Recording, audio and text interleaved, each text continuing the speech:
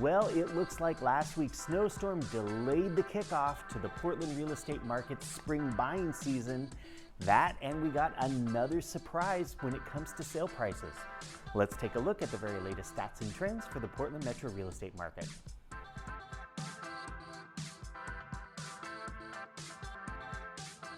Welcome and thank you for joining me this week. I'm RRMilligan and I've got the latest stats and trends for the Portland real estate market.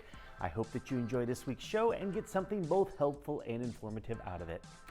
The numbers this week might be skewed a little low due to the snowstorm on last Thursday. I got the impression that a lot of agents and sellers held off on listing their homes for sale because of poor road conditions, especially because most listings tend to hit the market from Wednesday through Friday, which is exactly when we were dealing with the snowy conditions last week. What won't be affected by the snowstorm are the number of sales completed this last week, the sale prices, and the days on market, because those are for deals that went under contract likely 30 days ago plus or minus. The average sale price was up over last year's number by about 4.9%, and so far for the month of February, the average sale price is way up compared to the same time frame last year. It's up by about 6.9%. That's a huge gain over the 4.2% increase that we saw in January, and it's still a pretty preliminary number with a couple more weeks to go before we get the final numbers for February. The number of homes that hit the for sale market was down this last week compared to both the week before and the same week last year, but I bet we'll see a bump in seller activity when we look at this week's numbers next week. The same is likely true for buyer demand and the number of contracts agreed to by buyers and sellers. That number was down about 9% compared to 2024.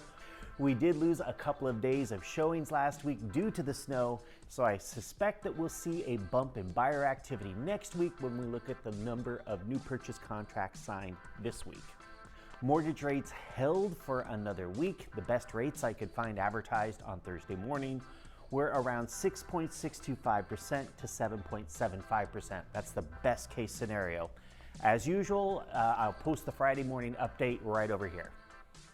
So what's in our future? Well, after the Fed's very cautious tone last month and a hotter than expected inflation report this week, one of the big investment banks that I follow has lowered their expectations for rate cuts down to just one cut for all of 2025, likely in June.